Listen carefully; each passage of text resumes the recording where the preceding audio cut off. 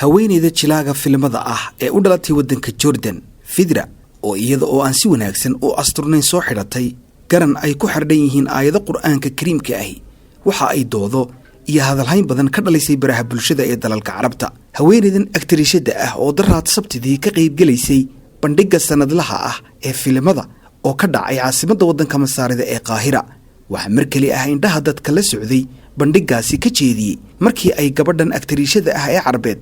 soo xidhatay garan ay ku xardhan tahay aayad quraanka kariimka ah oo ah umamun amthaalukum oo ah qayb ka mid ah aayadda quraanka ah ee oranaysa a'uudhu billahi minash shaytaanir rajiim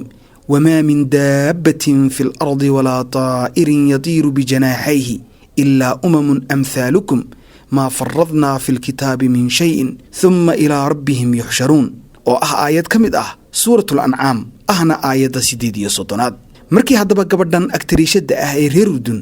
ay garankaasi xafladda la timid oo sawirradii laga qaaday baraha bulshada lagu faafiyay ayaa waxa markiiba ka dareen celiyay malaayiin qof oo si weyn ugu dhaleelay haweeneydan iyada oo lagu eedeeyay in iyada oo aan asturnayn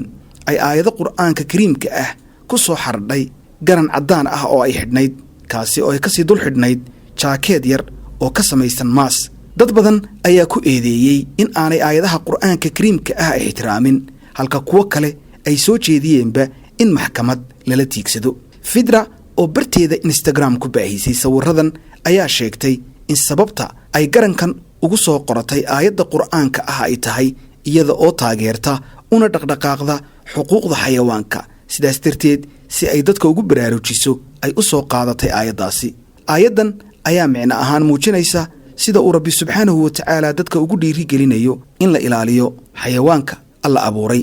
Dr. Ibrahim Abdul Raadi oo kamid ah culimada xarunta diiniga ah ee Al-Azhar ayaa dhaliilo xoogan u soo jeediyay haweeneydan kuna baaqay in maxkamad degdeg ah la saaro isagoo sheegay in mamnuuc tahay in goobo aan munaasib ahayn lala yimaado aayadaha quraanka kariimka ah isagoo sheegay inay gabadhani iyada oo qaawan soo xidhatay garankaasi sidoo kalena goobtani aanay munaasib ku ahayn aayado hadalkii Eebbe ah subhanahu wa ta'ala sidoo kale culimo badan ayaa eedeeyay haweeneydan aktarada ah ummadana uga digay in aanay ku dheeldheelin quraanka kariimka ah